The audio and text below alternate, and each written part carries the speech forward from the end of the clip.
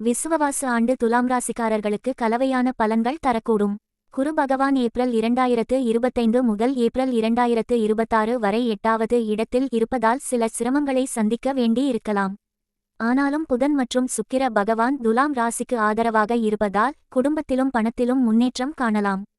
தொழிலில் முன்னேற்றம் காண வாய்ப்பு உள்ளது. தொழிலில் லாபம் பெறலாம், ஆனால் திடீர் செலவுகள் ஏற்படும். புதிய முதலீடுகளில் அவசரமாக செல்ல வேண்டாம்.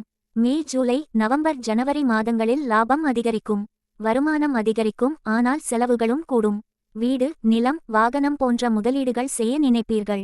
கடன் பெற்றிருந்தால் கட்டுப்பாட்டில் இருங்கள். காதலர்களுக்கு மனக்குழப்பம் ஏற்படும். பழைய உறவுகள் மீண்டும் தொடர்பு கொள்ளலாம். திருமணமாகாதவர்களுக்கு நல்ல திருமண யோகம் வரும். கணவன் மனைவி உறவில் ஒரு சில தவிர்க்கக்கூடிய கருத்து வேறுபாடுகள் ஏற்படலாம். பொறுமையாக இருங்கள். குடும்பத்தில் குழந்தை பாக்கியம் ஏற்படும். மகிழ்ச்சி அதிகரிக்கும். பெரியவர்களின் அருள் கிடைக்கும். சிறுநீரகம், வயிறு சம்பந்தமான பிரச்சினைகள் ஏற்படலாம். உணவில் கட்டுப்பாடு அவசியம். மன அழுத்தத்தை தவிர்ப்பது முக்கியம். பரிகாரங்கள்: சந்திரனுக்கு மாதந்தோறும் பௌர்ணமி அன்று பாலபிஷேகம் செய்யவும். பத்தியுடன் சனி பகவானை வழிபட்டு தீய பலன்களை குறைக்கலாம்.